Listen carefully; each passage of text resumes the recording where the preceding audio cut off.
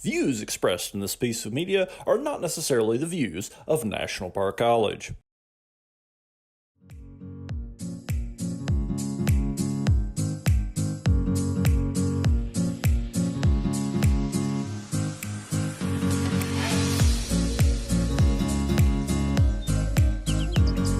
All right, here we are at National Park Community College in Hot Springs, beautiful Hot Springs, Arkansas.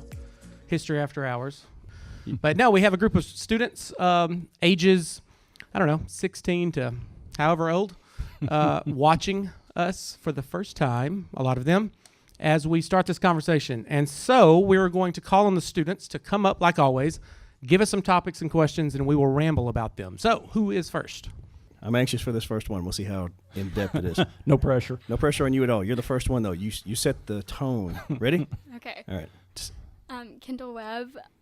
So recently there was a teenager who defied his mother's wishes and was vaccinated, and he ended up testifying in front of Congress about the dangers of anti-vaccination propaganda online, specifically on Facebook.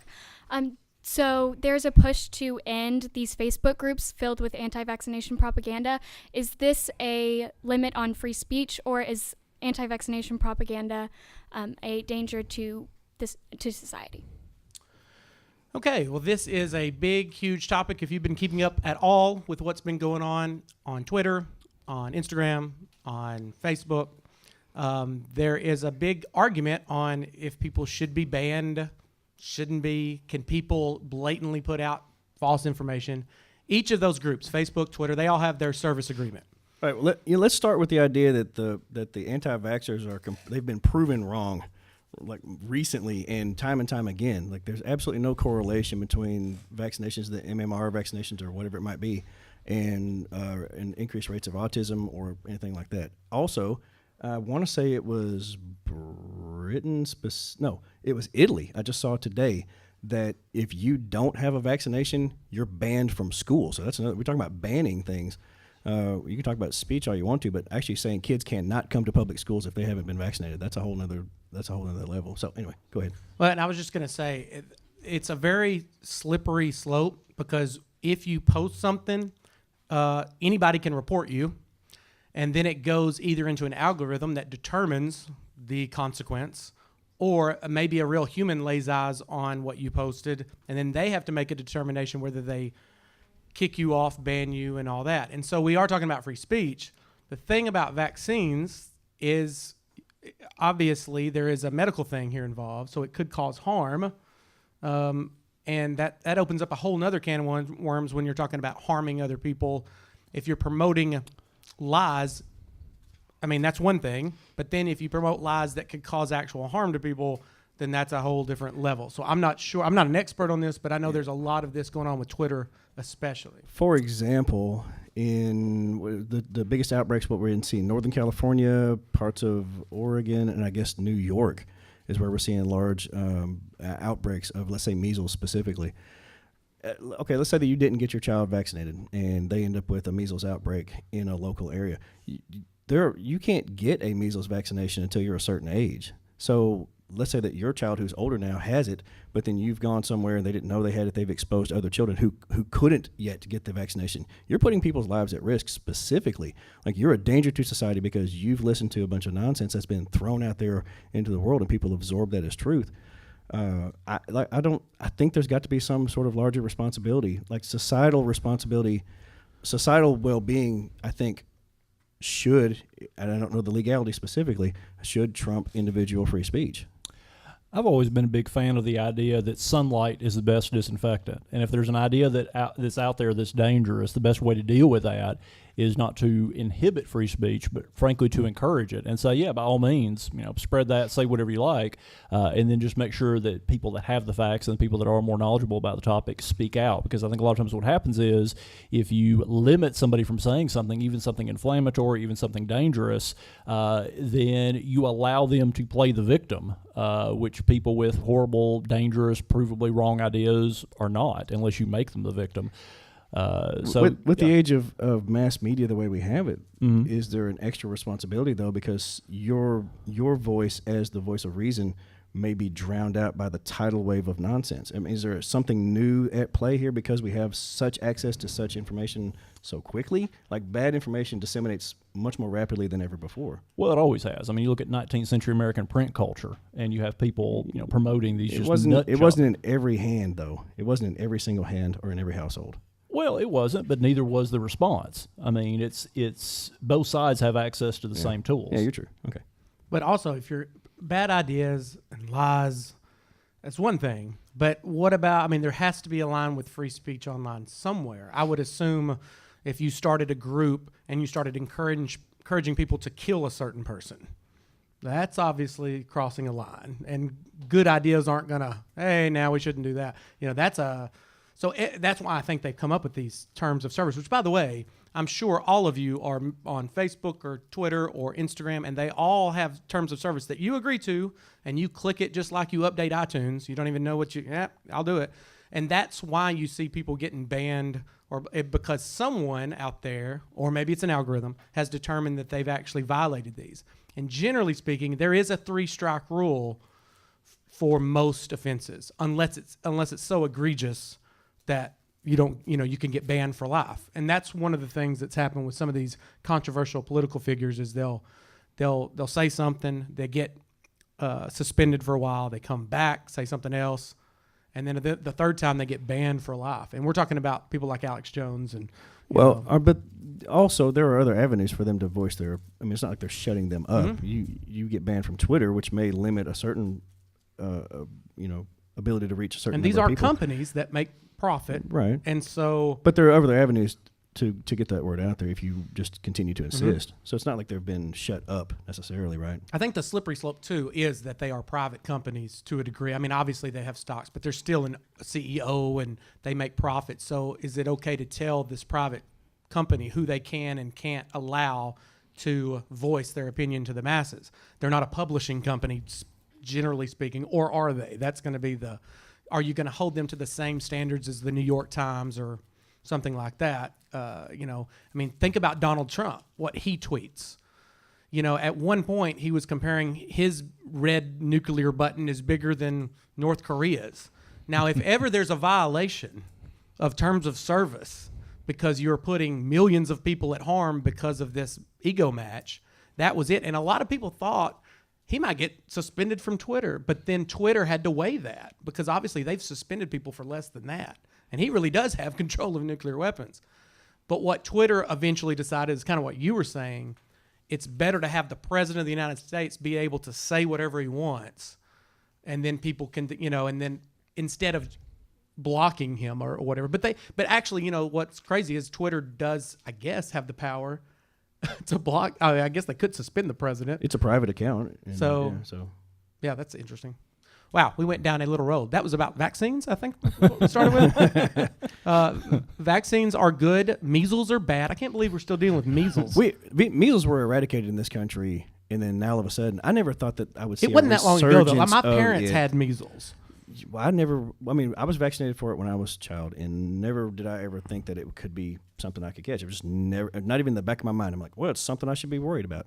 Now, all of a sudden, I'm like, I'm worried about people's kids. And what if this breaks loose in other forms? I mean, we've had other things. We don't vaccinate for anything now. We don't vaccinate for polio. We don't vaccinate for we don't even have smallpox. It's out. But what if it's out there somewhere? Yeah, but it does crop up occasionally. Yeah. And yeah, but like measles, mumps, people, like, it's not that long ago.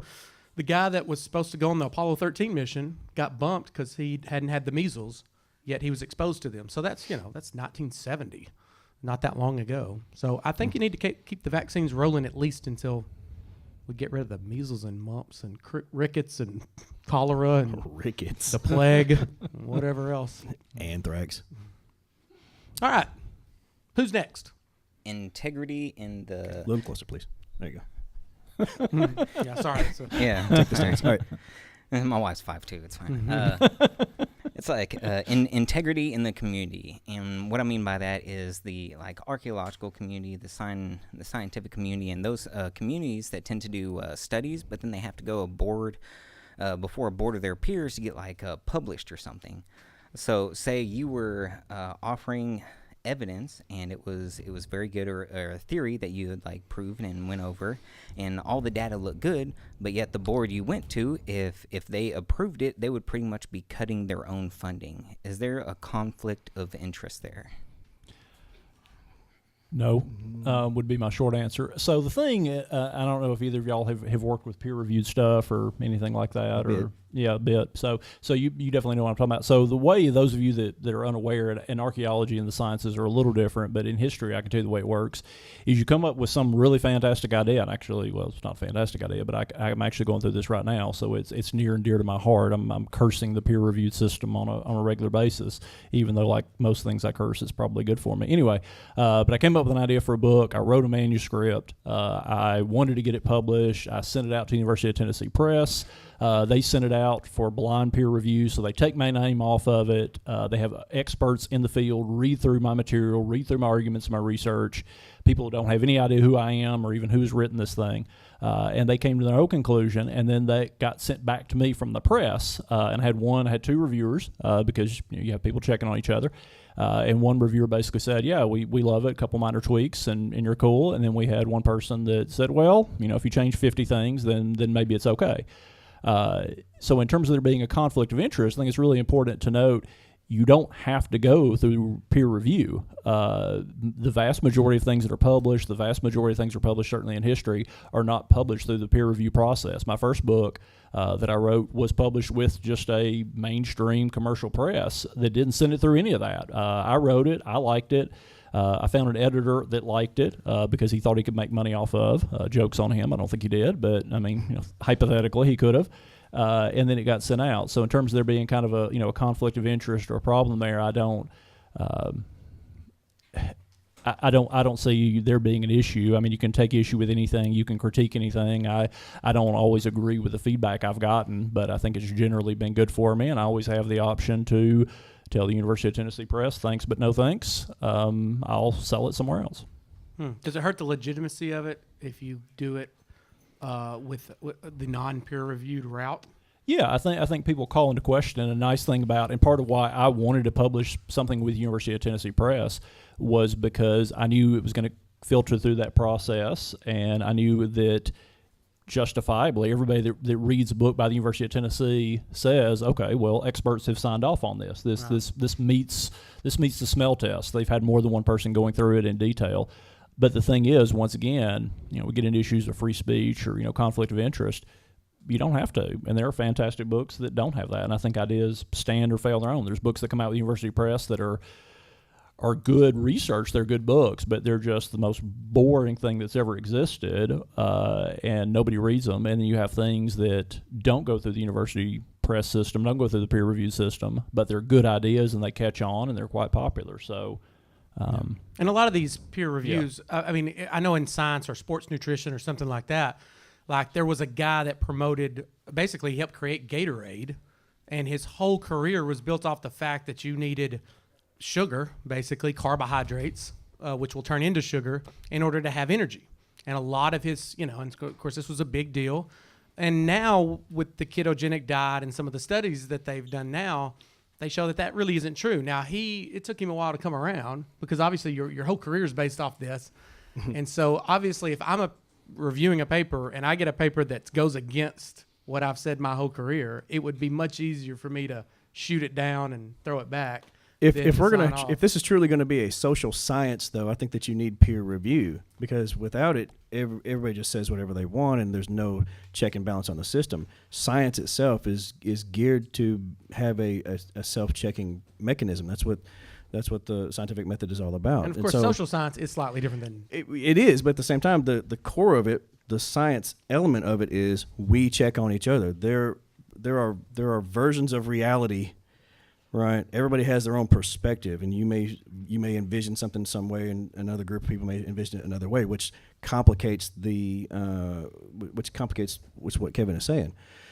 But the science of it is that we double check on each other. You don't just accept somebody's word or somebody's opinion without some validity. Like, what do you have to back that up? And that's where the science part comes in. I think that's necessary for us to move forward. That's kind of like essays I grade, where they say a bunch of stuff that's true, but there's no evidence to prove. Yeah. I'm like, oh, you're saying correct stuff, but you just didn't prove to me that you're saying correct stuff. I get essays like that frequently. Okay. Who is next? All right, this is a hot question. I hope your career survive it. But what are your thoughts we are not upon, afraid. AIPAC, the Israel lobby, and, Ilhan Omar, how they try to suppress her, He's opening up again. just say that, any criticism is just anti-Semitic. What are y'all's thoughts on that? Yeah. You want me to jump in first? Yeah, please do. Okay. All right, so let me just clarify what you're asking. Are you asking if, just generally speaking, if someone criticizes Israel in what particular way? I mean, I'm just curious. Like calling it like an apartheid state, how they treat like the Palestinians. Okay, well, all right. Let's really back up for people that don't know the whole story that lays out. Israel was created in 1948. Following World War II and the partition that took place. The partition had been planned after World War I, actually. And there had been a movement in Europe to try to provide some type of homeland for the Jewish population since around 1898 or so, the Zionist movement that took place there, following something in France called the Dreyfus Affair that illustrated how much anti-Semitism was really still about in Europe. With the destruction of the Ottoman Empire after World War I, the British and the French take general occupancy over the territory and then govern it, providing the idea that there should be eventually some sort of Jewish homeland there. People start coming in and settling. All right, so fast forward that. 1947, 1948, Israel goes to war basically to take ownership of its own territory, but they've moved Palestinian people out. There's been arguments ever since on who actually owns the territory. Israel claims that God gave that to them, that it is their historic right to own this territory, even though by the time they came back, it had been almost 2,000 years since they actually lived there. You could go back farther than their original occupation and say that they had moved in on the Canaanites who originally lived there. So there's the occupancy territorial claims are sort of they kind of mute each other out, obviously. It interests me, just to kind of delve off track a little bit, why after about 2,000 years worth of Christians hating Jews, that they suddenly have now become, oh my God, like we have to support Israel over everything else. And I think that there's this interesting new thing going on where if people criticize Israel, there's somehow or another criticizing the process that led to Israel, which then delegitimizes the entire process that allows them to be a country and gives credence to people who are around Israel, let's say Iraq or Iran or Saudi Arabia, whomever else it might be, and says that they probably don't need to be there. So they are under threat. That's a definite thing.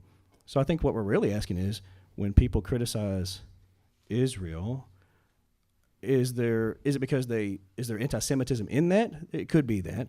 It also could be that they are legitimately arguing that the Palestinian people have been berated and have been imprisoned in their own land by an occupying force. And so both sides of that story are actually pretty true, right? Israel has the right to exist because they fought a war to exist, and that's how people end up doing that in the ancient times and even in modern times. But at the same time, what happens with the Palestinians? So can you support one group without actually seeking to destroy the other? I mean, I don't know. That question has so many variables to it. It's hard to really kind of tie that down. I think that it's very easy to be called out as anti-Semitic if you position your argument a certain way. If you say those dirty, stinking Jews, they shouldn't be handling the Palestinians the way they do, that's going to have a very different flair to it than saying there's a real political process at work and they shouldn't imprison young Palestinians who don't want to be forced out of their homes. That, you know what I'm saying? They lose their civil rights. You're walking a fine line depending on who hears it, I guess. This specific instance, a lot of this is just politically driven. Obviously, most Republicans, the president, they're up in arms because a Muslim Democrat congresswoman said something disparaging about Israel. had a Republican Christian said something disparaging about a Muslim country, maybe the Democrats would have went nuts and you're an Islamophobe. And, a lot of this is political. I think you should definitely have the freedom, and you should criticize bad ideas. You should be able to criticize nations without criticizing the people in it. And you should criticize our support or unsupport of any country around the world without being vilified for any reason, because I think you should be able to criticize bad ideas. And if you think a certain thing is a bad idea, once again, now it depends on how you word it. Obviously, if you attack the people living there based on their ethnicity, race, religion, whatever, well then, you deserve to be punished. I think part of the argument against Representative Omar was the fact that she used some wording that has a historical context that is very definitely anti-Semitic.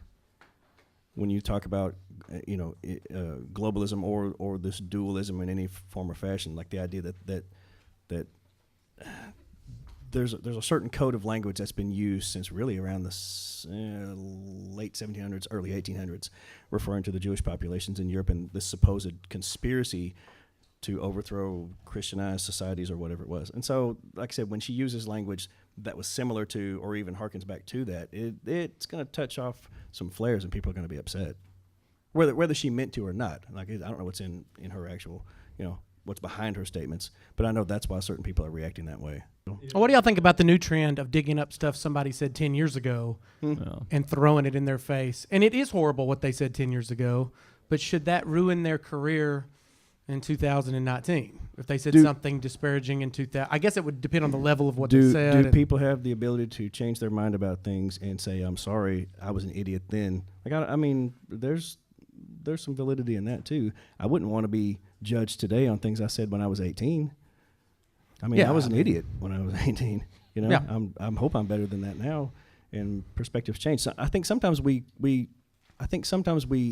assume that people never change, and that's what purpose does that actually serve? Well, the crazy thing is with the internet, and this is a lot easier to do 10 years ago.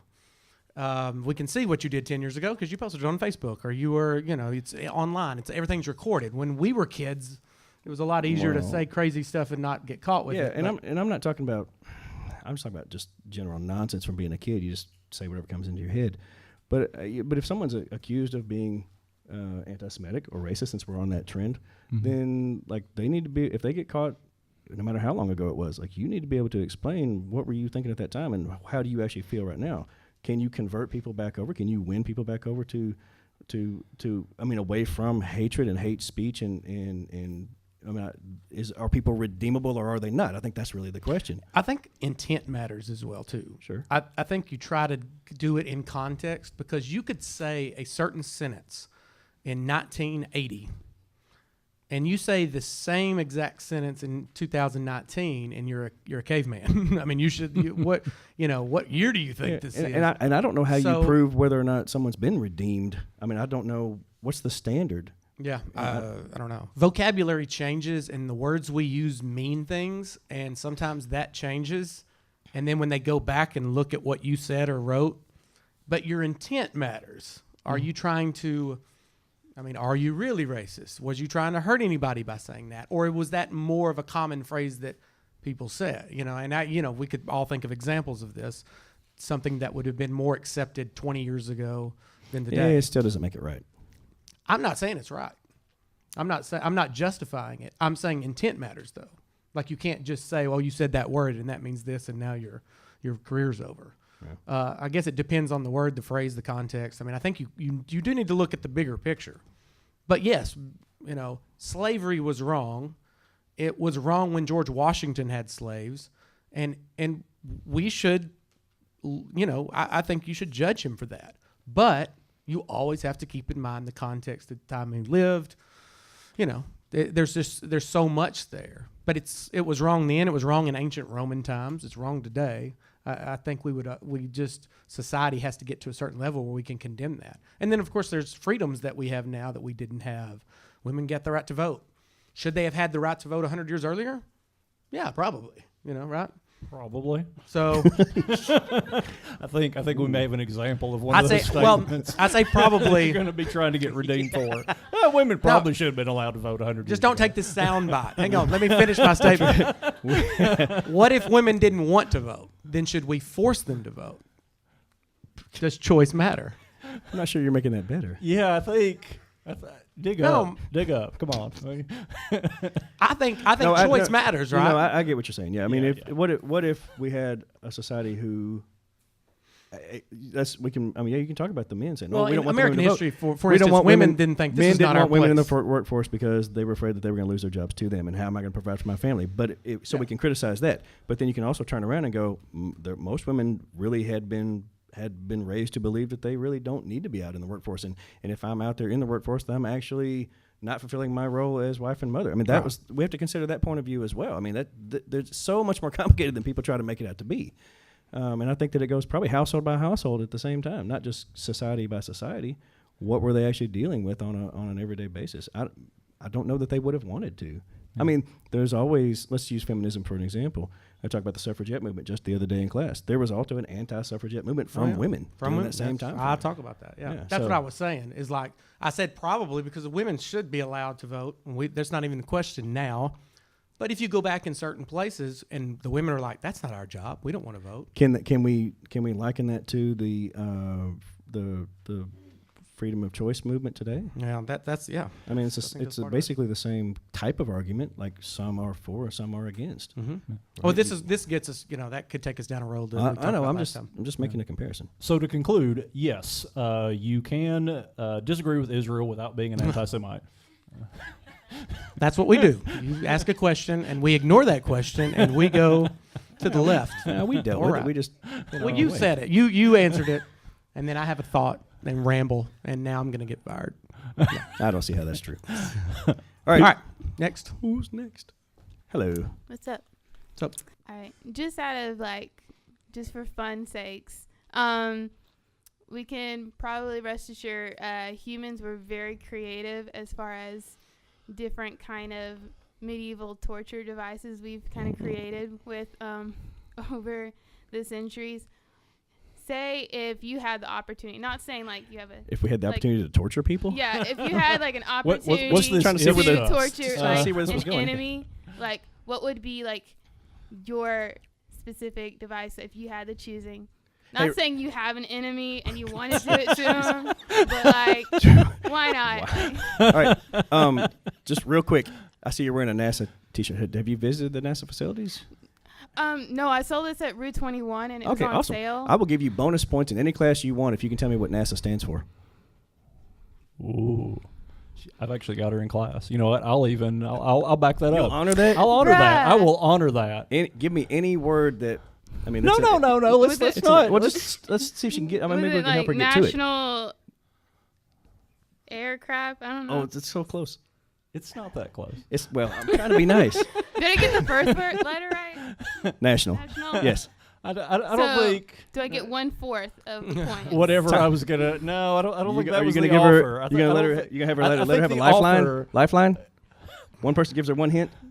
Anybody? Okay. All right. One person, one hint. One person, one hint. All right. You have to pick the person. So point at the person that's going to give you your lifeline, and that person will give you a lifeline. I don't know. They don't like really No one knows what NASA This guy stands. Everybody really just wants looks to tell you. I Okay. don't know if he's right. Tell you what. How about this? You can give her one of the 4 words. How about that? Besides national, so one of the 3 words. I So what- regret 3. wearing this today. Oh my No, god. I was Why? Just, I You was may just just curious. want some extra No, credit it's here. it's I been a just while thought since it I've seen looked somebody wear a cute. NASA T-shirt. I was proud of you. That's awesome. So, National Aeronautics, Okay. and they fly in space. I'm just gonna give her extra credit. Is that where we're at? Yeah, that's where we're at. We're just got one more word to go. Just one more word. Association? Oh. No? National Aeronautics and Space Administration. Space That's Close. okay. Administration. That's okay. It's You get alright. extra credit for being here. That was That's a good. Great Yeah. Thank attempt. you. Okay, so Yeah. repeat, now tell me the question again. Oh, torture. No, I feel torture. like I was we're being doing put on the spot and I was trying Yeah. to Does Does it feel like torture? Yeah. We were showing you what we would do. See how I turned that on you? Yeah. Good job. Public humiliation. But yeah, if you had because there's been great medieval devices and really bad sucky ones. So Well, I'll tell you this: every Everybody- every what would day, you choosing? I'm a former coach and a history teacher, and when you do that, a lot of times coaches use your room, and every day, third period, I have to leave my classroom, and a group of 8th graders come in. And I can barely get out of my classroom with just, I don't know what it is about 8th graders, but I think having to teach 8th graders might be, it's up there. It's up there. He's being tortured to have to teach 8th graders. It seems They're their that own way. particular brand of stupid. They really are. I don't know when you become Conversation. human, but it's after 8th grade. Yeah. No, if there's 8th graders here, I'm not trying to. All right, let's think this You'll through. get human one day. That's a legitimate question. What's your favorite torture device? Good grief. Well, no, I can't say that one. Well, you do torture day. I actually spend a whole day in class with my sophomores as we go through it. We have it's just called Torture Day, and we go through the different devices, and I don't show them Is it graphic. Spanish Inquisition torture, or is it? Yeah, I tied in with Spanish Inquisition, but it's all church stuff, so it's good, clean fun. But yeah. Christians mastered it, right? In Spain during this time period. Well, They no. figured- I mean, they perfected. Everybody's using it. They just happen to have very creative devices during that time frame. If you go down and see the Ottoman Turks, I mean, they're using like real sort of rudimentary type of Vlad the just Impaler. spikes through that. Yeah. So impaling, flaying, which is to take all your skin off and let you bleed to death, and just cute things with fire. There's a lot of fire. You have to purge the sin from people. That's the idea, right? So, golly. I'll tell you one that, it doesn't sound real scary to begin with, but it's actually been proven in studies to be utterly devastating to human beings, and we actually do it quite a bit in this country. Solitary confinement. Yes. Solitary confinement will absolutely make you insane. And you may think, I'd love to have some time away. You'd probably like to have some time away. You'd probably like to have some time in silence. But locking you in a room with nothing but your own thoughts for 10 years, you will be crazy when you come out. As we think more and more, and I will give Trump credit for this, the idea about prison reform, as we think more and more about prison reform in this country, do you think that we will ever get to the point where we will say that confinement, specifically solitary confinement, is a form of torture and we will ban it under the Constitution? We don't ban other forms of torture, so I don't know that. It says pretty clearly, doesn't it? No, it doesn't say torture. Cruel and it says unusual, cruel and unusual. Well, okay, we can consider it cruel and unusual then. And it's definitely not unusual because we do it all the time. Well, but it should be. And it says unusual. cruel and unusual. So if it's just cruel, then it doesn't. Man. It doesn't count. So you're saying that we should just keep it? No, I didn't say we should. I just said I don't think we will. There's lots of good ideas I don't think will ever be implemented. And it gets real tough too because you have people. I'll give you one example. Could you do it state by state though? When they go, because some states have death penalty, some don't. The more you're moving away from that type of behavior, then maybe we find a better the problem way to you deal get with. into. It's fairly easy to say no death penalty. It's really tough. You take somebody like terrible Tom Silverstein. Anybody ever heard of this guy? Aryan Brotherhood gang leader, really, really scary dude. Killed multiple people in prison. Killed guards in prison. Really, really scary guy. He has proven if you put him in a room with someone, he will kill them. Period. He will kill them. That's a special circumstance. Sir. Well, yeah. Absolutely. We're talking about prison. We're talking about a lot of special circumstances. And I don't think it's that unique to have prisoners. A lot of times sometimes people are in jail because they make an honest mistake. A lot of times people are in jail because they're really horrible people doing really horrible things to other horrible people or not so horrible people. I'm not denying that. Yeah. I'm just suggesting. How long can you talking about last something. by yourself? I wonder what the record is. I don't know. If somebody like you that, mean mentally you can't just throw 'em in intact? Well, you can't throw a person in solitary confinement for a week like that and then let him out. He's just going to kill people. So I wonder how long you can go. There have been some studies that have been done on this where they thankfully have not set it up in a very it's all been observational. It's not like they've said no, now lock this one up for 2 weeks. Like they don't do that. Right, so the answer to my question was you don't think that they'll ever ban it? No, I don't think they ever will. Okay. Isn't that interesting that though? could be true. Yeah. How we are such social creatures that Yes. one of the worst punishments is just to put us by ourselves for Time a out. bit of time. You're like a serious timeout for like 10 years. Really Time out, all serious by yourself timeout. in the corner. Yeah. Yeah, I can see how you go crazy. It sounds Yeah. nicer if you say it's timeout though. Not to my kids. All right, so all right, I'm actually gonna answer your question. Where are you? Where'd you go? Oh, there you go. Okay, so I'm gonna answer your question. I'm gonna say The most devious thing that I can think of that I saw during torture day. Beat to death with a straw. There is this special As long as it's device. a paper one. Have you ever heard of the Pair of Anguish? Oh, I know what that is. Does anybody know what I'm talking about when I say that? What's up, Chris? Hey, you don't have one with you, do you? Okay, good. Well, come on in then. All right. All right, so the Pair of Anguish is this interesting device that's shaped kind of like a pear, and it is used for men and women, by the way. On one aspect, it can be used in orally, where it can be inserted, and then there's a little clever device on the backside where you twist it, and the whole thing goes like this, and opens up with little spikes on the end. So it's like a reverse umbrella, kapoof, in your mouth. And it's used for people who were accused of blasphemy and other associated crimes or whatever. Or it can be used for punishment for what they considered sexual deviance. And I will let you go with that as where you will.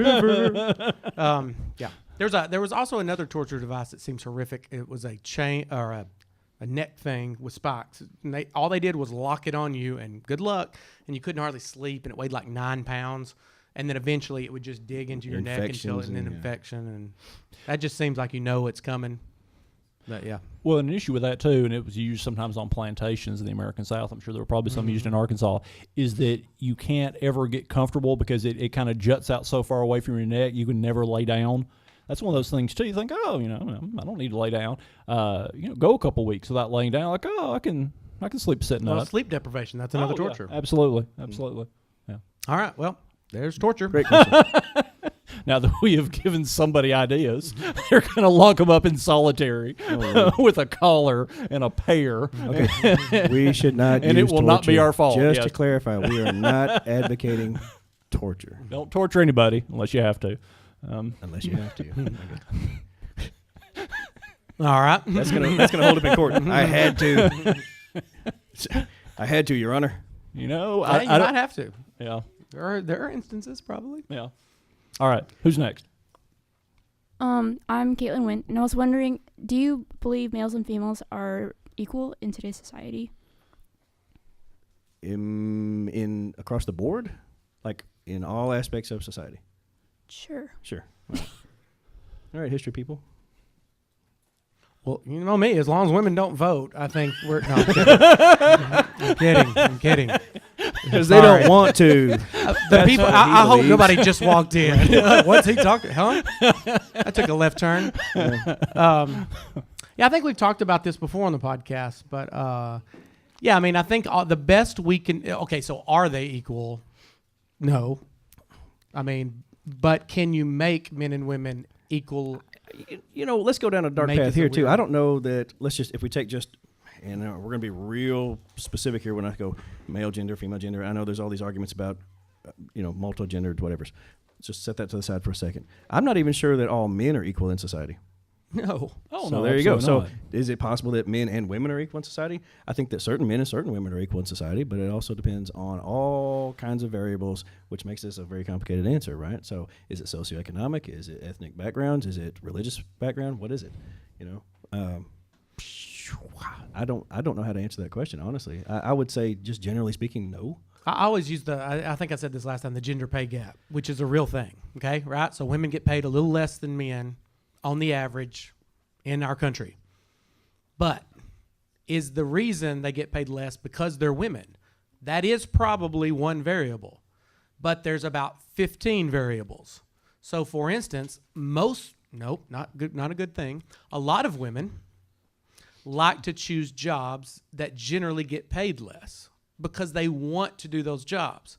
Women generally go into a more of a service, and they want to help people, and and more men choose jobs like technology and engineering, which means they naturally get paid more.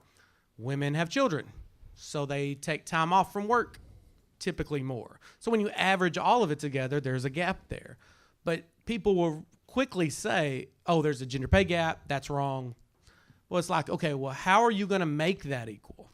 Are you going to force women to go into the tech industries and become engineers? Don't you think that part of the argument, though, is that depending on the industry you're talking about, that there may be differentiation between male and female employees and how much they're paid just based on I mean, you can say, well, it's experience or what's whatever, but It that's could be. not always the case, though. Right. But generally speaking, like if a man does a job at this and a woman's right beside him doing the same job, they generally get paid the same. This is spread out over all the industries. I've heard people And so- throw out. Let's use WNBA for an example. Like what's the highest paid WNBA player? Do we know? It's like, but it's nowhere near what the let's say even the bottom level NBA players have. But at the same time, those are businesses that are geared off of ticket sales. I mean, that has to be part of the equation. Is it fair that they're being paid less for playing the same game? Well, you could argue no, but you could also argue that they don't have as much money in the WNBA organization because they don't have the same kind of ticket sales because they don't generate the same sort of revenue. They can't pay their players as much. I mean, that's something that has to be factored in. And when you get into entertainment, like doing this thing because of talent, that's a whole. Then it's really difficult, right? I mean, obviously there are women actresses that get paid millions, and then there's men that can't get a job at all, or they work on a commercial here and there, and that's all they got. So I mean, that's based on how talented you are. Now, if you take the WNBA, obviously, like you said, that it's based on ticket sales. But the reason I always bring up the pay gap, because it averages out kind of jobs in general, is because in order to force it equal, you're talking about equality of outcome, and that's going to be some strict laws that, there's 55% of women in this country. There should be 55 in Congress. And my argument is always, well, what if they're not good? What if the women you make go into Congress? What if they don't want to be there? Is that good? So I think choice. Once again, I go back to choice. I just Freedom of choice and freedom of opportunity. Those two words. Yeah, we just remove every obstacle we can based on gender and race and religion. You remove all those obstacles that you literally can, and then just let. Then it's based on merit. Then it's based on Well, and I'll throw another wrinkle out there, and there's no, I don't think there's any good answer to this, but just something to kind of ponder. So we have this idea that women go into certain professions that pay less, men to go into certain professions that pay more. One of the ideas that bounces around in some of the women's history stuff out there is the idea that part of why we pay elementary school teachers less than computer programmers is because women are more likely to be elementary school teachers and men are more likely to be computer programmers, and they require the same level of education. I don't know how you feel about children. I hate and loathe them. I'm glad somebody's reproducing. I'm glad it's not me.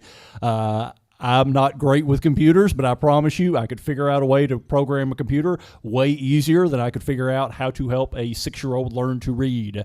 And if you doubt me or if you think computer programming is an easier job, I encourage you, go to any elementary school sometime. We will lock you in a room with 36-year-olds that have just had their caffeine fix for the day, and let me know when it's time to leave. I bet it'll be soon. Yeah, because sooner or later one of them's going to puke, and then the rest of them will go. You want to talk about torture? Oh my God! Say what you will about computers; they don't usually puke. Don't usually. Exceptions. Yeah, no, I have. I mean, I teach high school for a reason, man. Like I couldn't all those little kids. Like my wife is an elementary school teacher, and God bless you because that's a special kind of. I couldn't do it. I could not do it. They're sticky. They're needy. They're always crying about everything. Yeah, there's the smell. Yeah, no, they all swarm around. It's creepy. They're like ants. They're everywhere. My wife too. Same thing. No. High school kids, you can be like, hey, go away. Yeah. But we don't want you to go away. We want somebody to come up and give us another question. Was that a good segue? Hey, yeah, get out of your seat. Come down here and say this. All right, come on down here, Chris Crow. You once taught about the dynastic cycle that seems to take place in most empires and kingdoms and such. Do you think that it still happens in modern governments? And if so, at one point, do you think it might affect the U.S. if it does at all? All right, so.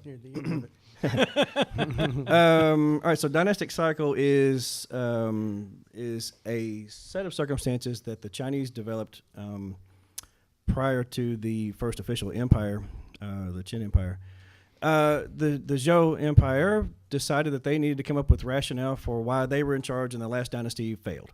And so they put in place the ideas that it was because of their lack of governance ability, the fact that they were corrupt, the idea that they had a bloated bureaucracy, the fact that they had overtaxed their peasants and then overworked them and not given them any benefits, and that they basically had lost the privilege of ruling. So they tied that in with a religiosity, that the gods had given them the right to rule, the mandate of heaven. That's what that is. And so I used that ideology in class to help sort of watch what happens in any given circumstance, and you can sort of make predictions on when a group of people might actually collapse. It's easy to look back and go, "Yep, there it is," but there are indicators, and that I think that are valid. So, in what was true of good governance, 3,000 years ago, I think is still true today. The human condition really hasn't changed. Our technologies have, but what we need in our government, what we need in our daily lives, I think is still very true. We need support. We need avenues of opportunity. We need success. We need education. We need public works. We need them to treat us fairly. So, so I think that it's still valid. Now, I think that it may be more complex in modern day because we have so many new things that are happening. If we look at a system that is geared on an emperor making ultimate decisions and then some sort of bureaucracy that they've got there. I mean, in a democratic society like ours with lots of people involved in the system and lots of conversation about what should happen next, I think it slows the whole thing down. Yeah, that's what I was going to say. The birth of democracy, especially our type of democracy in the last century or so, where I wonder if that has changed the system. I think so. And especially because if we get away from ruling families, one ruling family who's gone corrupt or they've inbred themselves into, ignorance, and then now they're about to, become oblivious to the fact that they're ruling poorly. Now that we have so many people involved in the system, we can revamp our systems without collapsing. And so if you say, does this apply to the modern United States? I don't think so as much, because we have the ability to, especially since we have the Constitution that we have that allows us to amend it as we change who we are and how we feel and how we view the world and what we think we need next. Like, we can participate in that next best thing to seek out and give voice to and give action to how to create the better union that we're seeking. So yes, I think it's still valid, but at the same time, I think that we're much better at avoiding the ultimate collapse because we have the ability to change directions without having to collapse. But we were talking about this earlier when we came in here, how quickly we forget that it wasn't that long ago the world was at war. And we live such an isolated, different life now that we view that as like, oh, well, that can't happen again. There's no way now. We've grown way past that. And that's a weird thing, because a lot of people have said that from the Roman Republic on. People, oh, no, we've outgrown those days. There are no more barbarians, no more. And, that's a dangerous comfort zone. It's amazing how quick we forget stuff. This is why the importance of history, everyone, right here, is looking back and really trying to get into the problems and the mistakes that people have made and looking for those indicators of, this is not good. And I would also say finding people who still want to make it better. Like, if we've gotten to the point where we're completely dysfunctional and we just point fingers and just lay blame and nobody's actually seeking the best way forward, if you can't moderate it in some way and move together with some sort of confidence that you're doing the best for the most people, then you're probably on the wrong path, which could lead you to ultimate failure. If nothing else, you could be arguing with each other so much that you go into several rounds of civil war, and then other people march in and take your stuff. I mean, that's a possibility as well. Do y'all think we need because when you think about the rich taking over, I immediately think of our campaign finance problems. Oh, my God. And it seems like our next step, if we're going to have a political reformation, it needs to start with letting people that want to do good have a chance to serve in government. Now, we've had a few elected recently that actually, the rich didn't support them and they didn't make all the money. But, man, if you dig into the way that people get elected and how much money it costs to become president. Do either of you know how much the last presidential election cost the candidates? I don't know. I mean, it's in the billions of dollars. I don't know the specifics. You got to have $1 billion to. Just think about that. You got to have $1 billion. I know someone personally who ran, and as a Democrat, and the Democratic platform, they have to get officially endorsed, and they called, and the first question they asked was, how much money can you raise? And if it's not a certain amount, they won't even talk to you.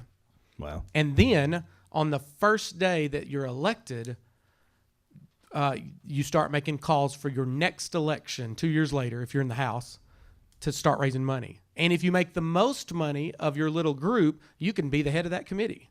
So money now determines who's the head of committees in the House of Representatives and the Senate. And it's all about here's the study just came out. So it's not about governance, it's about fundraising? It's about I've got to make money so I can stay in this job. Fantastic. So in the 80s, it was 20% fundraising, 80% governing, and that has flopped. So now they spend 80% of their time trying to get people to write them checks and 20% actually work. And I think that is the first step. We have to solve that before really anything else.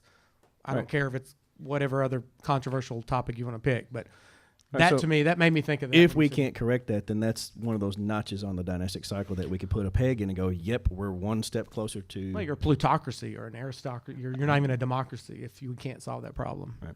Only the rich. That's crazy. Which, speaking of only the rich, you're about that story today that broke the. What's that woman that played on the Full House? I don't know. She bought her kids way into college. Somebody just mentioned it to me. Don't we all have to do that? I mean. Well, they didn't earn their way in. They just bought for $100,000. Oh, you mean into a 500,000. Yeah. So my kid can go to this school when your kid can't because I have this money and you don't. And that opened up a lot of investigations, I think. So there's a lot more of that now. How about that? It was a scam. It was like a college scam thing. Oh. Where, they would bribe the administrators at the school and the admission counselors at the school, and then they would say. Oh, to give them special consideration. Yeah, and they would say that their kids were on sports teams or had certain scores that they did. Okay, so it's not like everybody had the opportunity. Okay, all right, it's behind the scenes. Yes, the rich live in a different world than we do. Okay. That's why we became teachers. The money. We knew early on power. this would lead us to the influence. All right. Another question or two? Okay. All right. Yeah. No, come on back. on.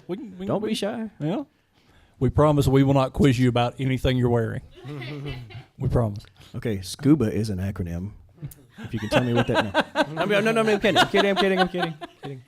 I mean, it is an acronym. This is why you don't have friends. There's plenty of reasons why I don't have friends. That's just one of them. That's number 7. My question with regards to school dress code policies. Okay. Mostly grade schools. College, we don't really have a dress code per se, but we don't also typically have problems with people dressing against what we grew up with in grade schools as far as the dress code. Should we be more lax with grade school dress codes, and are we just being more over dramatic than necessary? When I was a school administrator briefly, as dean of students, I wished we had school uniforms because it seemed like every day all I dealt with was dress code violations. Now, you could say, well, just take those dress code violations out of the handbook. Well, high school is a little different. I don't know. And of course, in elementary, the parents, there's a certain age where the kids have no control over what they wear. I don't know what age where the kids can make a decision. Maybe the parents should be held responsible.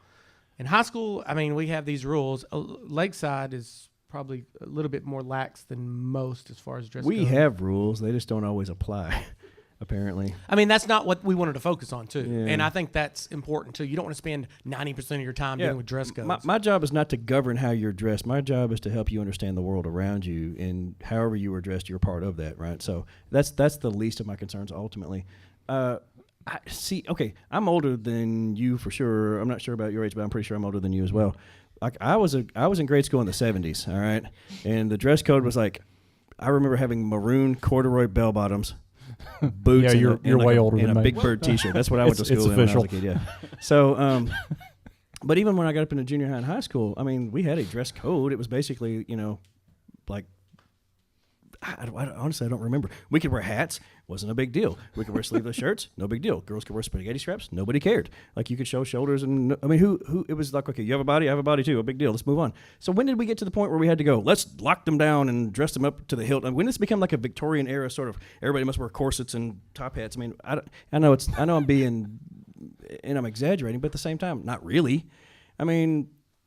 And again, I'm asking you because I've never been an administrator. Like, why does it matter so much? Well, I mean, it was mainly the girls, obviously, and it was mainly a distraction for everyone involved. Boys are always going to be distracted by girls. That's true. That's true. I mean, it didn't stop some of that. I actually got tired of sending kids home. Got tired of dealing with parents having to come up and get them and change them. So we got What shirts. Was there a particular dress code violation? Short shorts and low cut tops and all that. Okay. I actually we figured out a way, and I bought extra large. Well, started with large and then just went up from there. and it just said, "I will dress for success tomorrow," in horrible colors. And so you had a choice. You could have Saturday school, or you could go home or get ICS, whatever the punishment was, or you could wear the shirt the rest of the day. And it went down to past their knees. And so most of the kids were like, all right. They put that over their clothes. That seemed to solve the problem a little bit. So it was... But I waited for a teacher referral. Once again, as a male teacher, I don't know, when I was coming through college, you don't do that. I would, if I saw something inappropriate, I would get a female teacher to, because it's usually the girls, whether they want attention.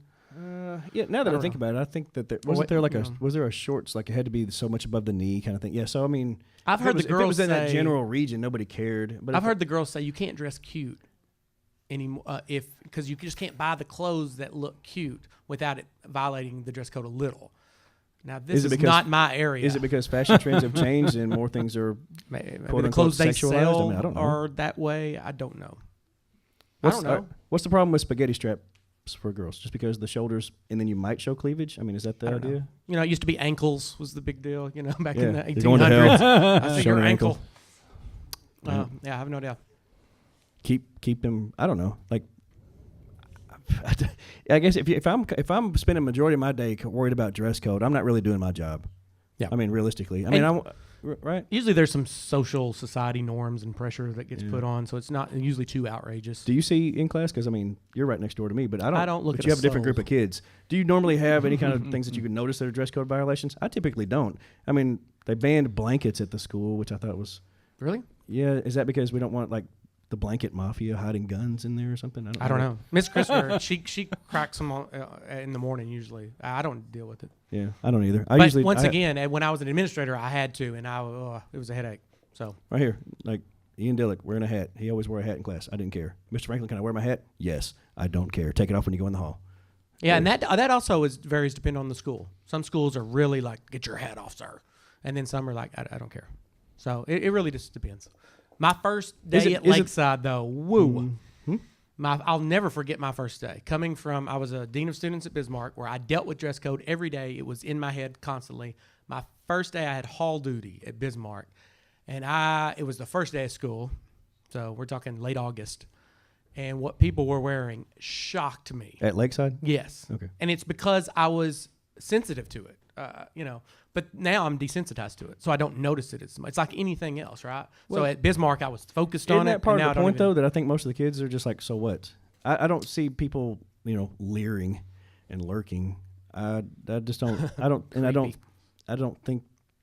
I've never even noticed that someone would be distracted by someone else's dress. Yeah. I have one rule in my classroom. The rule is it becomes a problem if it becomes a problem. Yeah. Cell phones, bathroom breaks. I mean, can I go to the bathroom? Yeah. Well, yes. Do you feel a pressure here? Well, then, yeah, you probably need to. I mean, I assume you're old enough to know when you need to use the bathroom. So I don't, whatever. Yes, go. Yeah. But if you're doing it every day because you hate me or hate my room, well, then I'll say, okay, well, you can't go now, I'd rather people not have, problems. Accidents. Let's not have an issue. Go to the bathroom.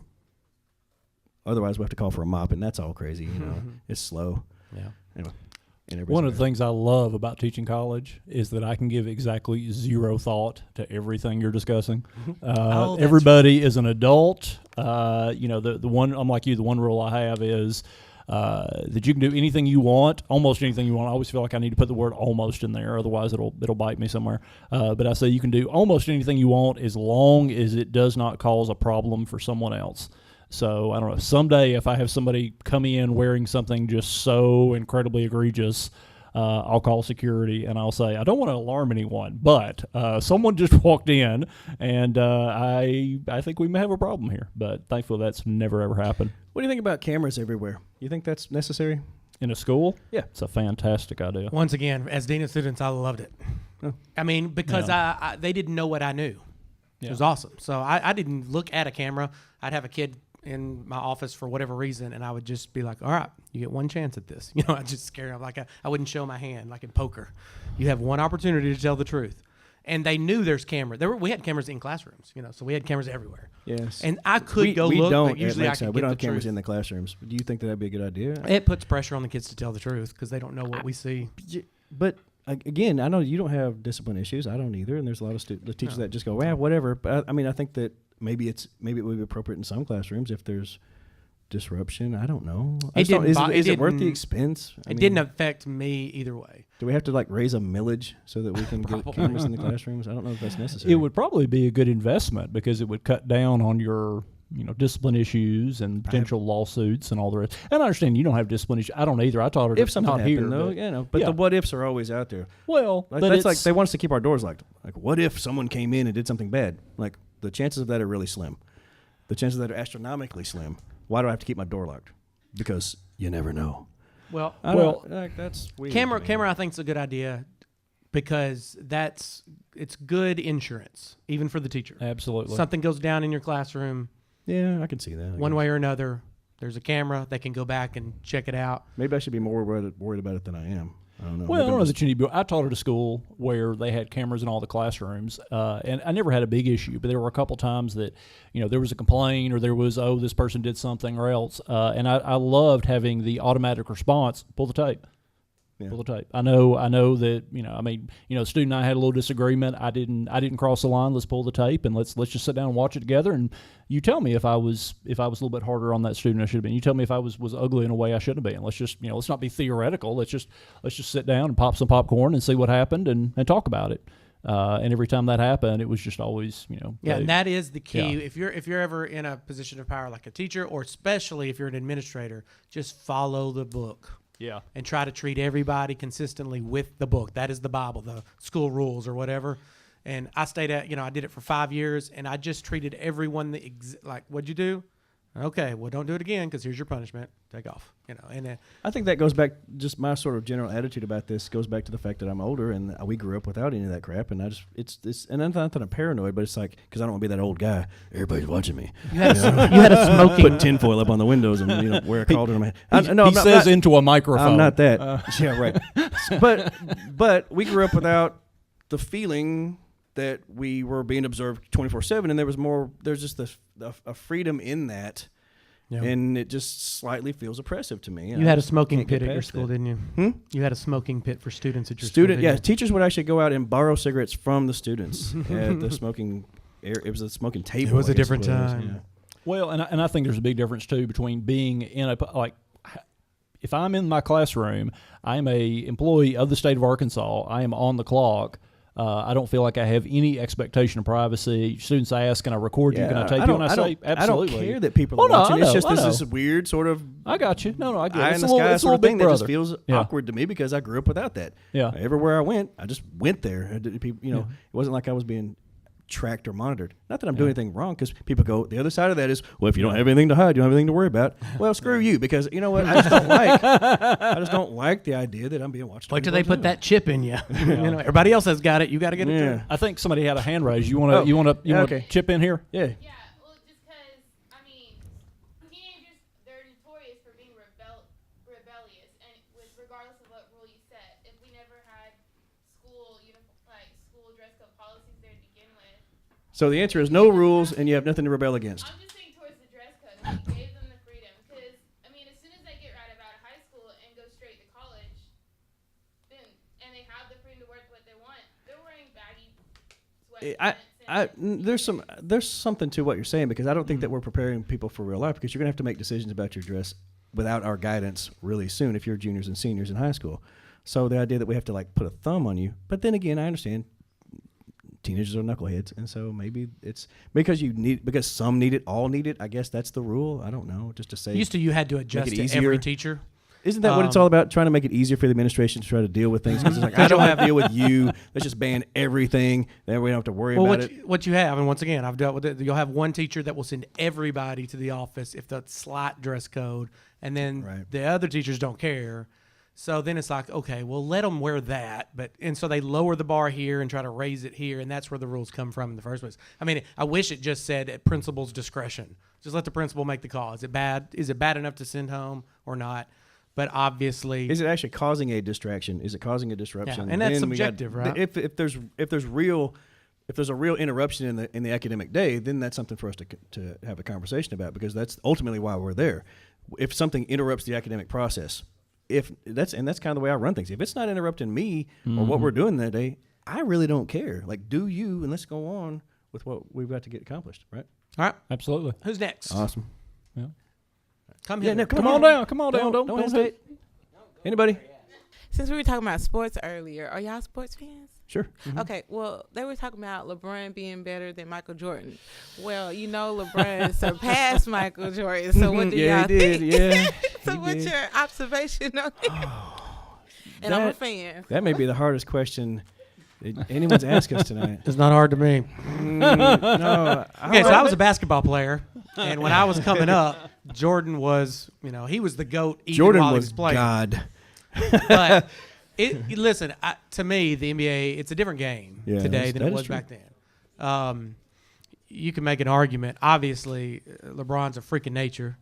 The game was rougher back then. They didn't have quite some of the rules were a little bit different. I mean, you could just back close line people as they came down the lane.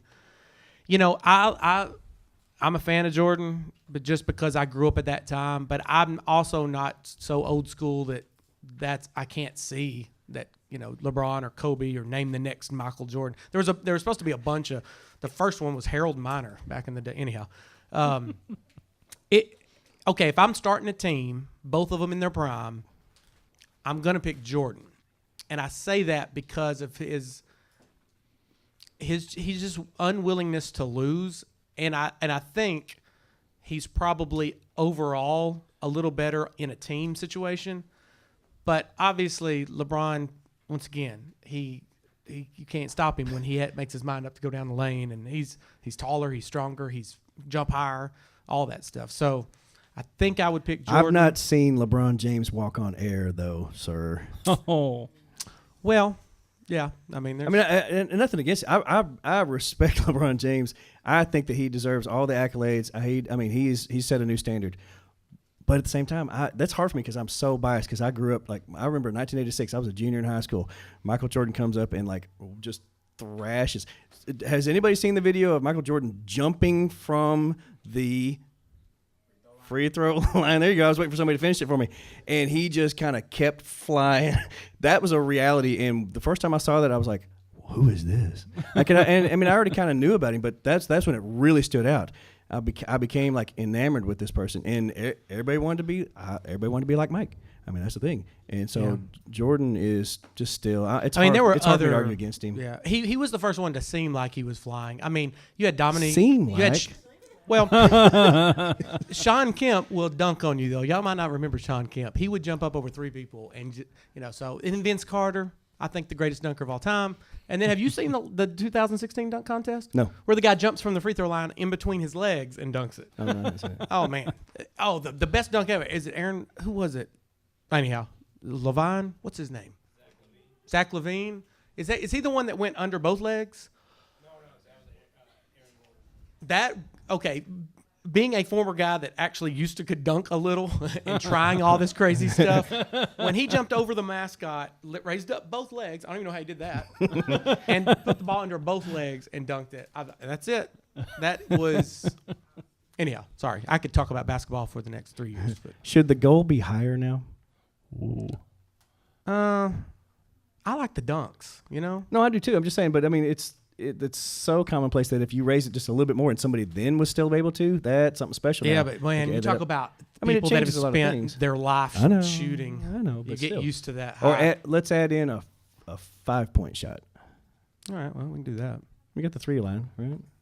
There's some people that could just flat, Yeah. There's some shooters today. If you can sink it from the other end, you get 100 points. Win. That's it. End of game, right there. End of the game. It's over. All right. I don't know. No, so I'm gonna go Jordan. I just have to. Come on down. All right, I have a question. I really don't know how to position the question, but I seen a video where our Arkansas State Judiciary Committee, Miss Stephanie Flowers, she got really upset because one of her former chair members tried to stop people from talking about stand your ground law. Mm-hmm. She got really upset. Yeah, She was using profanity, and I just want to know, do you think she was justified in the way that she reacted? And I don't know how to position this question. Do you think there is more bias towards people of color as far as stand your ground laws and things like that? Okay. let's address you want to do the stand the ground first and then talk about Representative Flowers? Okay. Man. Stand your ground. If you don't understand what that is, and I think the most famous cases are probably Florida. Florida has a stand your ground laws. Yeah. Right. And then you have the Trayvon Martin case. Yeah. And I can't, who was the guy that is Zimmerman?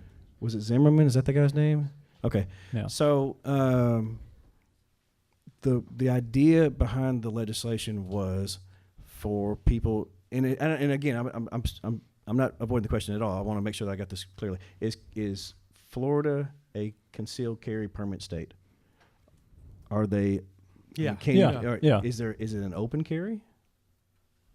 That I don't know. Okay, I'm not sure about that. All right, so the original intent behind the law was for people who were out in society wanted to protect themselves from whomever it might be, that if someone was threatening you, in states like Arkansas, the law is that you have to retreat. If you can retreat, you're supposed to retreat. If someone's attacking you, if you can get away from them, you're supposed to get away from them. That's the idea. And so the ultimate idea was that you could defend yourself, right, and then have a position in court if it went that far. I'd have to look at the statistics. Is it more disadvantage? Does it give a disadvantage to one particular group in this country over the other? I don't honestly know how to answer that. I think that I'd have to see more statistics on it. I think that what Representative Flowers was saying, though, is that was her position, that it definitely puts people of color at a disadvantage in society there because of latent racist tendencies or perhaps something like that, somebody might get shot because someone might think that they're being threatened, when they're really not. They misunderstand a situation because they have a misunderstanding of what the interaction is going to be generally because whatever bias they may have in their heads. So, I think there's something to what she's saying. I don't know the exact statistics to be able to speak on it more clearly. Do you guys know? No, that's one of those things, I think, case by case, issue by issue. We as history teachers, we do a lot of generalizations because we do, I teach survey classes, so we have to make these grand sweeping things. But when you're talking specifically about stuff like this, you have to look at that specific case, what was said, what was the context of the thing, and then try to weigh if there was some malintent or anything. Well, and then you get into a question too of even if we had statistics, and they may very well exist, I'm with you, I don't know, that say that laws like this put people of particular ethnic, racial groups, genders, whatever, at a disadvantage. Is the solution to get rid of the law, or is the solution to try to find other ways to address that inequality? And I really have no idea, quite frankly, but it's just because it's a law that disproportionately impacts somebody else doesn't automatically mean the solution is get rid of the law. There may be other ways to handle that. When I think about her comments, when she was talking about, and there was another representative in the Arkansas legislature who was putting forth, it was in a committee, putting forth the idea about moving forward on a stand your ground law here in Arkansas. And she definitely is under the impression, and again, maybe she has statistics to back that up, I have no idea, that it's going to be, if passed, be detrimental to the black population in Arkansas.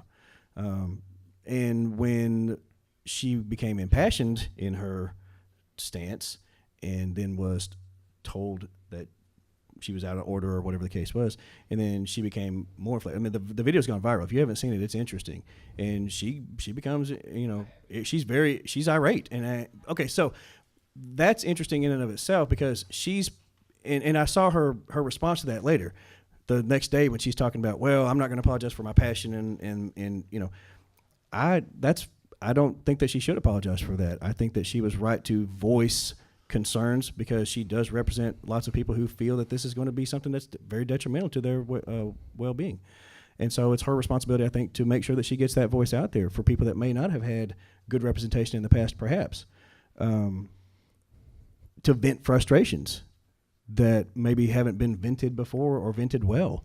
I think that that's something that needs to come out. There needs to be an understanding from the lawmakers who, whichever district they're from, that there are people who feel, and this is, I talk about this in class too a lot, just the idea of unity in this country. We've had comments about the kneeling during the national anthem stuff. Kids want to know, like, how do you feel about this? What's the legality behind this? Should they, shouldn't they? At any point, if we are failing as a nation to help every individual citizen feel that that our nation's laws and our nation's goals and our nation's constitution and the way that we have our jurisprudence, if we ever fail in our responsibility to make sure that people feel that that's actually accessible to them, then we've got things we've got to work on. And if the conversation gets ugly, then so be it. That's my stance on that. So I think that she was right to call it out like that. Now, again, I don't know the statistics that she may be using to back that up. I'd have to see. I'd be interested to see, right, if that's really, if it would actually be detrimental to one group over another. And if so, then yeah. But I think that she's right to voice vehemently her opposition to something like that based on her stance. I think that's perfectly fine. I think that we also need to contain inside a legislative moment. We need to have decorum, right? We need to come back to a civil moment. But if she's that impassioned about something, then let her speak. I agree. Yeah, it's actually sometimes refreshing to see a little emotion. It seems like during a couple decades there in the 90s and early 2000s, you didn't see a whole lot of that. And you've seen that recently, even at the national level, people being passionate about, because they're representing a group of people, or they're supposed to be, and you should want somebody to fight for what the group that they're representing. So, the profanity doesn't bother me. I mean, look, we've had people caned, shot. I mean, we've taken it to the worst levels in legislation. In Arkansas, by the way. We had somebody shot in Arkansas Congress before. So, I mean, had somebody nearly caned to death right before the Civil War. Y'all probably teach or touch on that. So, I mean, like, something like this, I mean, to me, that's but like Mr. Franklin said, you do have to have some sort of decorum etiquette. You want it to return to a civil place and to make sure that's the only real way forward. Is like to have someone speak about whichever position they're taking, and even if it gets loud, the venting of the frustrations and the venting of the anger and letting people speak their moment. Let's have that moment, and then if that's all we do, then that's a problem, right? So now that everybody's calmed down again, now we then sit together and we learn from each other and we figure out what is the best way forward for everybody. And if we don't do that, then it goes back to what we were talking about with the sort of the dynastic cycle stuff. Like we've got to find that middle ground. That's the only workable space. And so regardless of your position, left, right, center, whatever, like you've got to be able to talk to other people who have different opinions from you. Otherwise, we're not getting, there needs to be true representation, and we move forward from the center. Yeah, and just to go along with both what y'all are saying, one of the things I liked about it was not only was it somebody showing passion, not only was it a representative who I think, whether you agree or disagree with her, I think she was very sincere in her belief that she was sticking up for her constituents, which isn't that what we all want from our elected leaders. I love that it was about policy. It wasn't about, calling somebody a name. It wasn't about something you said 20 years ago. So there's an issue on the table, and we have a disagreement, and I feel passionately, and I'm going to stand up for the people that have sent me here. And I, maybe cursing, and you're certainly right, there's an issue of decorum there. But in general, I think if that's the worst thing we were dealing with in American political life, my goodness, we'd be in a much better place. Okay. Yeah. Last question. One more. Who's got the last question for us? Oh, I see somebody walking to the microphone. One final question. Make it good. No pressure. All right.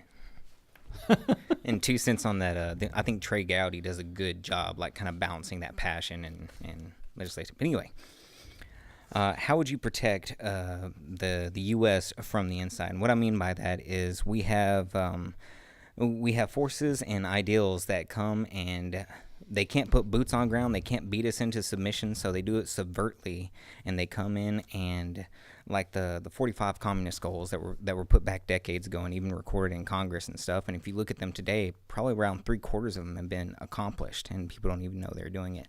So how would you put a defense up for the things that would subvert us? I think there's that famous quote where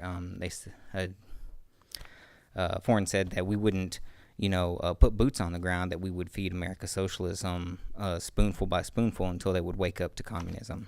What part of socialism are you opposed to? Just curious. I'm opposed to the state having the power and doing either an oligarchy or a control. I'm very pro freedom and individual freedom and individual preference and the market and life, liberty, and property, even if that means you have to suffer the consequences of death for your stupidity or someone else. Well, your actions or someone else's actions. The original form of socialism, if you go back and read Marx and Engels, and even the socialists previous to them, the goal, the root word of that word is society. Mm-hmm.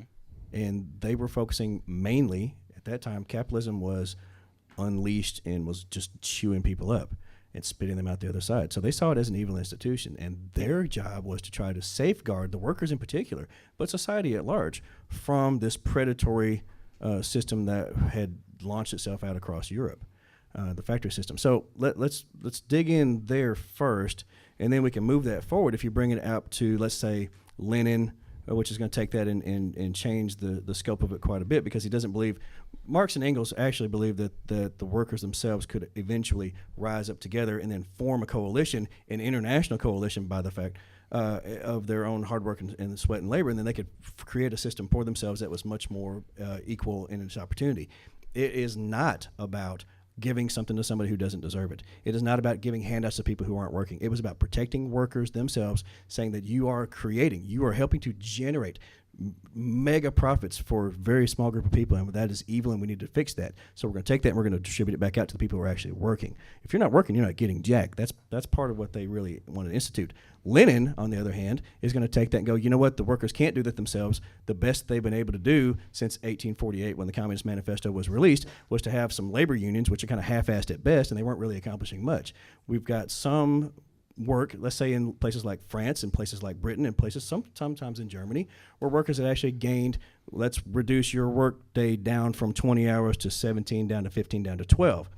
That was considered extremely liberal, way too progressive, and evil by the capitalists who were like, you're killing me. Like I remember hearing speeches from documents where they're like, how can we survive as businessmen when I can only work people half the day?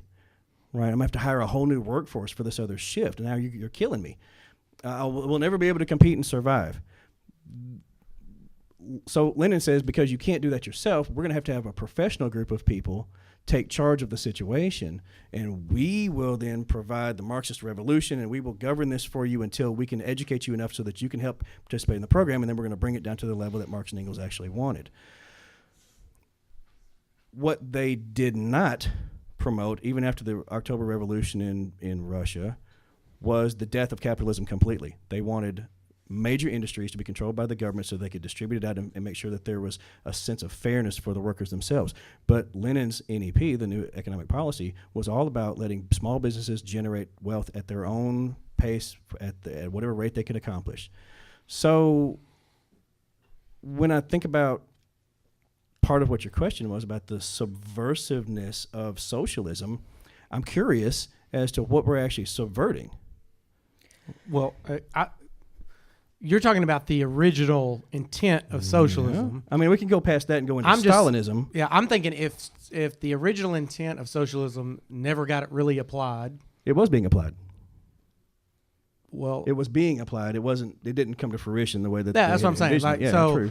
I mean, we can talk about what it originally means, but it seems like it could be pie in the sky, what they were talking about, because has there been a country that's successfully instituted Marxism without a bunch of... Okay, well, because that might under Lenin, that's where they were going, but we can't say what would happen because he died. Right. Yeah. All right. So if I look at what happens under Stalin, and it is totalitarianism, it's oppression. It's the idea that we're going to govern all these things, and it becomes this small, singular pod of people, just like the capitalists themselves had been, who actually control the wealth and actually create a sense of well-being for themselves and their upper Politburo, and they don't really feed those things down to the people themselves. And because they central plan and distribute things out from there, that becomes problematic too. Instead of letting region by region deal with their own wants and needs, so there's a short-sightedness to it. But that's more Stalin than Lenin. But that might be more the brand he's talking about. That's where we end up. I know. I'm actually moving towards something. Oh, okay. Sorry, I didn't know. You see that same sort of thing develop in China. You see the same sort of thing develop in let's say Cuba or in North Vietnam, which eventually becomes Vietnam. So when we have our Cold War era and we're thinking about protecting America from communist/socialist, and everybody's against, oh my God, we can't have the New Deal because that smacks of socialism. We can't have Social Security because that smacks of socialism. It's going to undermine American values. We can't have Medicare. We can't have Medicaid. We can't have Johnson's a Great Society. We can't have public school. We can't have. I mean, anytime we take taxes away from hardworking individuals in this country and then apply them back to a general fund, and then we give things back to the people in the form of public services, that is socialism. So if we've gotten to the point ever in this country where we see that capitalism cannot also maintain its course, we've done a really good job of correcting what the harshest parts of capitalism can be. We still have some harsh aspects of it, don't get me wrong. But at the same time, the idea that you put control factors in place, because if you let it run, it will continue to be that monster that will eat people up. So we have a capitalist society, which is then also drawing from the profits of that capitalist society and then giving back to the people, which was really, I think, ultimately what Marx and Engels had hoped for to begin with. If I can, I appreciate that. I think part of the core of your question there, and I think that was a good road to go down. I think part of what you're asking there is, what do we do about these kind of insidious things? What do we do about these things? Whatever it may be, wherever on the political spectrum it may come from. And I think the big answer to that is that people, you in this room, have way more power than you probably realize. There's a lot more that you could do than you may fully appreciate. One of the things I always ask students is we come in and we get in, we talk about government and whatever else, and I say, okay, what gives me power over you in this room? What gives me the right to say, this student's an A, this student's an F, this student gets to go on to be an engineer, this one's going to have to retake? What gives me that power? And the answer is you do. You give me that power. And bear in mind, those of you that are in college, those of you that are going to go into college, hopefully pretty soon, whenever you go into, high school's a little different, but when you go into a college class, bear in mind, you can drop the class. You don't have to take any particular class with any particular instructor. You have a lot of power on college campuses, on university campuses. You have a lot of power in the political system. If you're not registered to vote, register. If you're not voting, vote. If you are not speaking out, if you're not coming to things like this and thinking about big ideas, and I appreciate that y'all are here tonight, time to start.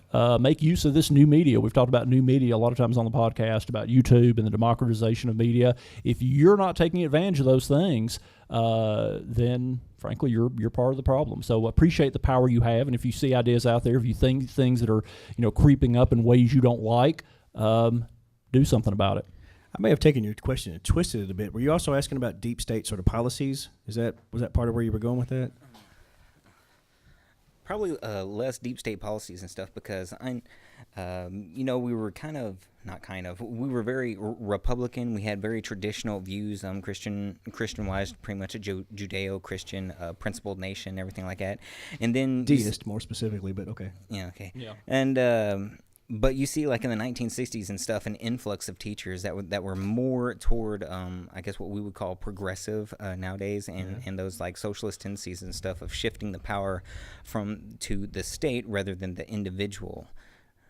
Even now you see campuses predominantly like not Republican or conservative. I think that institutions like this sort of lend themselves to, because of the open-mindedness and the open forum. When people speak their minds in opposition to a status quo group, they're going to be labeled as some sort of subversive group. But that doesn't mean that the conversation shouldn't take place. And so for us to say that universities are less conservative today than they ever were, there's always been this weird status quo argument that the universities are the breeding grounds of liberalism. And by the way, whoever is the liberal villain in your story sort of depends on how far right you actually are. So if I'm an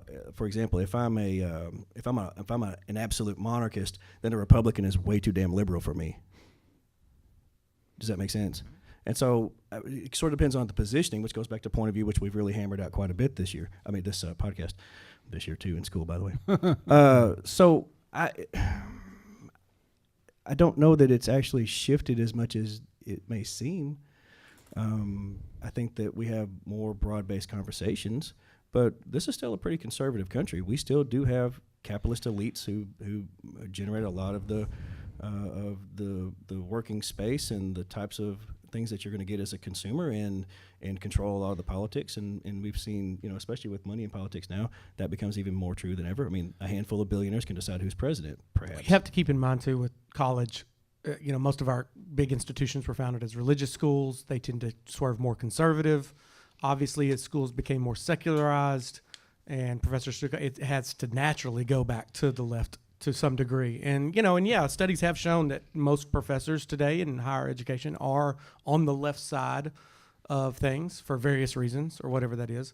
I do think that there is a push now, a conservative push that you can find maybe not in the traditional universities, because there is kind of a monopoly system to some degree with higher education, because you do have to get basically approved, certified. What do you call it?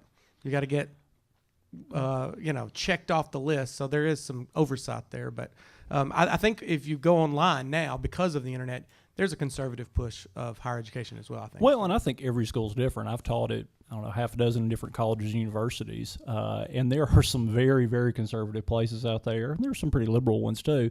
And maybe I'm impacted by the fact that I've tended to be at places that are more conservative. And then I think you have a lot of schools people fail to appreciate that are just pretty apolitical. Not to speak maybe particularly about National Park, but just broadly. And I've taught or been affiliated with several community colleges. In my experience, most community college students are way too busy paying the bills to get too worked up about politics. So I think that's a whole other kind of thing. So we kind of focus on the colleges on the coast, which naturally tend to be more and the vast majority of education is being done at places, small community colleges, small four-year state universities, land-grant universities, places that don't make the headlines. So I think it's important to be very careful about assuming that because I saw something happen in California that's a trend. I think the trend is very, very different than that. So anyway.